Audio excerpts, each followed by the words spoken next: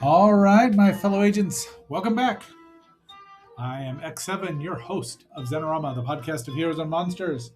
Also, the co-host of GD Explanations. New episode was out yesterday. You can watch it. It's all about reactions to How the Grinch Stole Christmas, the 1964 classic. It's worth a watch, trust me. Today we are going to be talking about the third issue of the short-lived movie monsters from Atlas Seaboard. This was the first one and only one I ever bought. Didn't know there. I knew there had been three, but I'd only seen this one. You can guess why I chose it, because it's got that word right there in the middle. But fortunately, it had that word there as well, and I'm really happy I did. This is episode 725. We are at 895 subscribers. We're 105 away from 1,000. I thank you all for being here. And please, if you can, leave me a comment. Let me know what you think about this show, or not this show, but this series. If you ever read any, I mean, it's very much in the vein of Famous Monsters without truly trying to be a true imitation, which, good luck. But, and they did not. They only had 4 issues.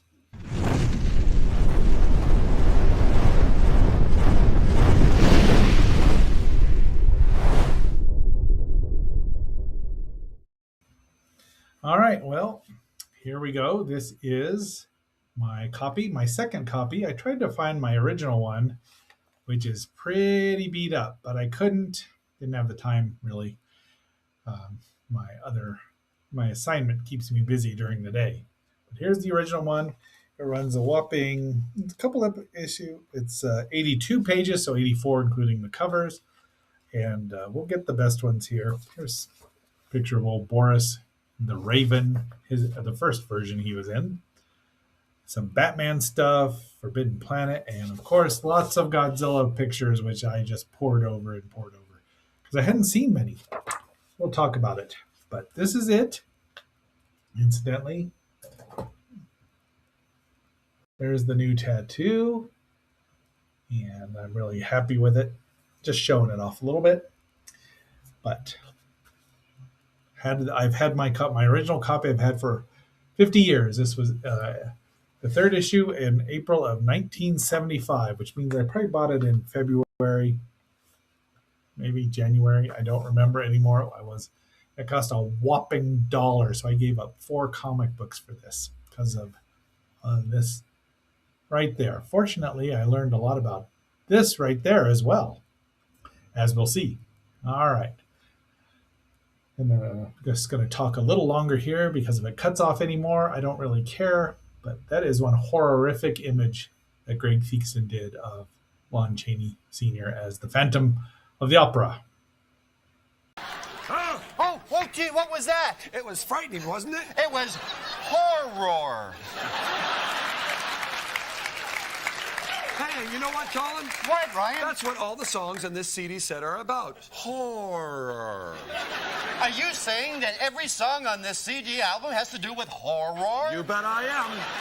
800 songs on 300 CDs. That's all about horror. And I'm not kidding. I mean, look at this. I've never seen the 1925, 21. I've never seen this version, and I mean, that would have been horrifying. In fact, it was horrifying here. Even my sainted mother had to question this cover, and I did not care for it. I do appreciate the artistry, but old Eric, is that his name? I don't remember anymore. Did never look like this in any of the movies. No wonder he was bitter. Anyway, so that this got my attention, obviously. So we open it up. And there we have the old I don't think I wanted anything of these at all. Look, they had sea monkeys and everything. Anyway, maybe a medallion from Star Trek. So there's the inside cover. April of 1975, Volume 1, Number 3, second to last. But here, I'd never seen a Batman that looked like that before, and that's the only thing I knew about was Godzilla. We'll get into that. I had seen Jack the Giant Killer by now, and I love this movie. We've talked about it. I've reviewed it at least twice. So this was a fascinating. I don't know if they give any writing credits here. Let's go back. No, it was probably all Jeff, but at this point in time. So yes, it is was made much like all the space operas, Battle Beyond the Stars that were made, Star Crash that were made in the wake of Star Wars. This was made in the wake of Seventh Voyage of Sinbad, which I do quite enjoy as well. And the similarities are very obvious, except it's weird and it's great. So there's pre-production artwork for Galagantua uh, by Louis McManus of Howard Anderson Company. There's Jack and his damsel in distress, and there she is as when she's turned Eve into an evil witch. So that didn't happen in Some Voyages in Bad. And there's the pre. This one baffled me greatly because I knew that it didn't. The sea serpent did not look like that. It was not the kraken we see here fighting Galagantua. Boy, I love this guy. Someone should make a. Someone should make a. Oh, maybe Titanic Creations could do a kraken similar to this. I'd buy that in a minute. It's just bizarre. This is bizarre for any children's movie. And Torrin Thatcher, they have a great chemistry. Torrin Thatcher does, and the witches are weird. Everything's weird about this. Now, the gargoyle or the wyvern, whatever, did pretty much look like it. Although they are very cartoony faces, these two are. But it does add to the surrealism of the movie. So here's some home movies. I always use this just because $8 for 200 feet of a movie. $8. That's probably close to $30 now, and you can buy Rodan for maybe $10. And there he is, the Phantom of the Opera. Oh, it is 1925. I'm a genius. But yeah, he doesn't look like anything. I mean, his teeth are the same, and that cover. And I have seen the Claude Rains version, which I've enjoyed all of these. They're very different. He morphs into a very more sympathetic person as we go along. And there's the Herbert Lom, who you'll also know as Chief Inspector Dreyfus from the Pink Panther movies. Not Chief Inspector Clouseau, but they paid homage to it. And we have to get into those at some point in time. So maybe the first one, because I just don't like that one as much. But he's much more sympathetic by the time Hammer got a hold of him, which is surprising, although his makeup's a lot more horrific. Poor guy. And there's the Phantom of Paradise, which I'm going to have to watch again and review, maybe for a certain 7-Song Friday. We'll see. There he is in color, all in color for a dime. Now, this movie had just come out when this, they gave it a lot of traction there. So, and I've only seen it once, and it's been 2 decades probably, and I didn't care for it then, so I'll be interested. A lot of my friends love it. So I just put this in here because of this. Now, I have a copy of this, and I will be reviewing it for one of these reviews next year. You'll have to excuse the coloring in it, but apparently you can buy new ones, and I might do that. Just get one they're not expensive, which surprises me. Look, you can buy soundtracks for Barbarella. I wouldn't want any of those. Sorry. LP. These were kits there for models, and there's the cover of the Monsters Who's Wahoo. And I was A to Z for all the blood curdling. Yeah, it's not. But so now we get to Godzilla. We've got the original movie. This is an actual film book, which I was not used to by then. I had not seen Godzilla. I had seen King Kong versus Godzilla, Godzilla's Revenge, parts of Ghidorah, the three-headed monster. I had not seen Monster Zero yet. I missed it. I had not seen Godzilla versus the Thing. Boy, we've talked about that. And I did not see Godzilla. That's not from Godzilla's Revenge, which is wrong. That's, I guess technically it's Godzilla's Counterattack, but it could be transliterated that way. Gigantus the Fire Monster, which I have seen. Well, I've seen now. And there's Ghidorah, which I've seen parts of, but not the full thing. Smoggy I probably had seen by 74 or 75. Yeah, definitely. They just didn't show a lot of Godzilla constantly. So I had not seen Forbidden Planet yet, but boy, was I ready to after this.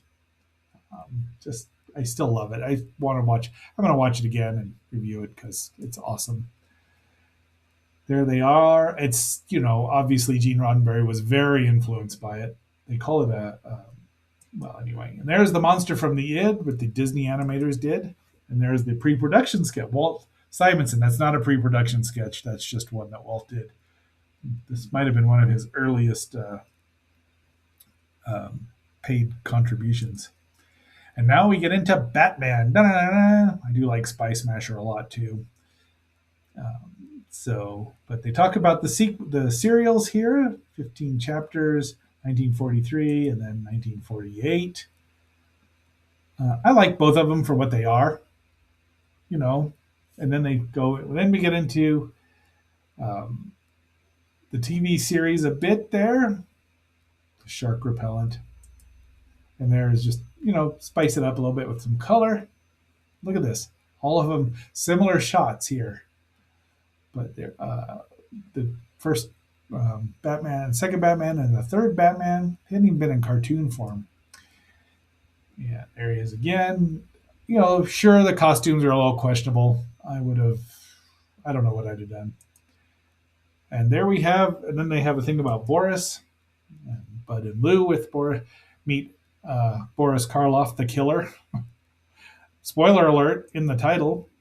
Here is an ad for Pacific Comics comic catalog.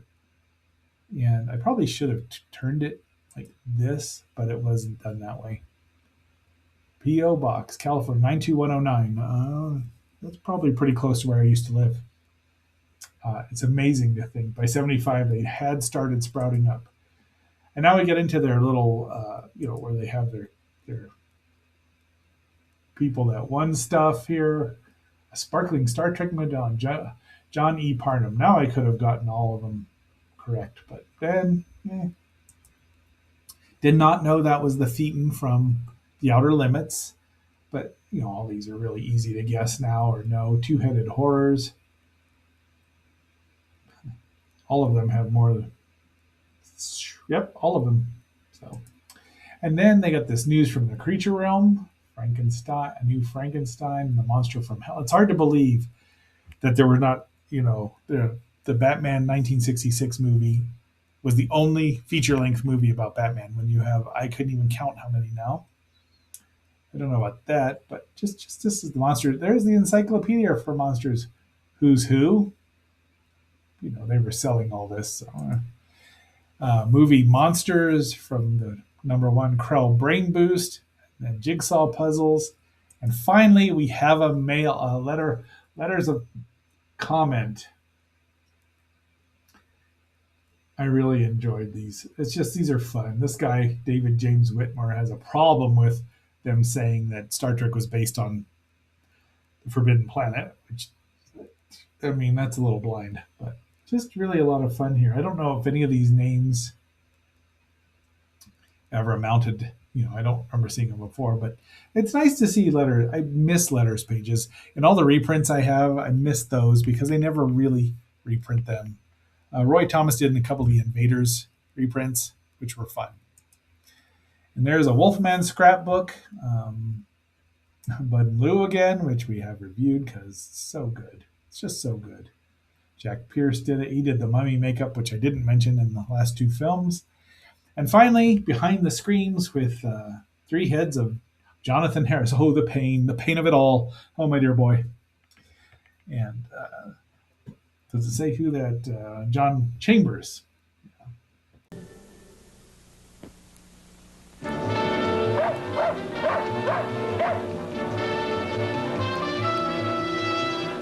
Hang on, there's more Young Samson and Goliath coming up.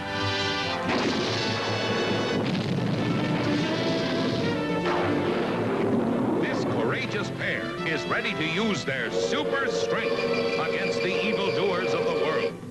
Stay tuned for more adventures with Young Samson and Goliath. And yes, Clipchamp did cut me off from the last 3 screens here. Be that as it may, that's not the worst thing. This is the back page, which you can see. It's a little damaged, but that's all right because I'm glad it was read. All right, my fellow agents, this will be the final issue of movie Monsters from Atlas/Seaboard, and that'll be next week, and then we'll do something different for the very last, not quite, maybe the very last episode. I don't know. We'll worry about it then, or not. We won't worry about it at all. But my fellow agents, until our next assignment, which tomorrow we will be talking about Kikaida episodes 29 through 32, and things are getting very interesting. We're over 2/3 of the way through. And I highly recommend getting the set, the Blu-ray set especially. So until our next assignment, and I will be talking just a little further, in case Clipchamp cuts me off again. But I am X7 signing off and phasing out. I'll be seeing you.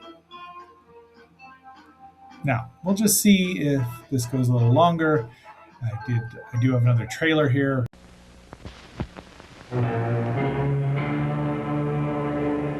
Destroy all monsters. Or it is the conclave of nations when unknown powers from outer space attack our world with gargantuan man-killers. Then the armies of our world unite.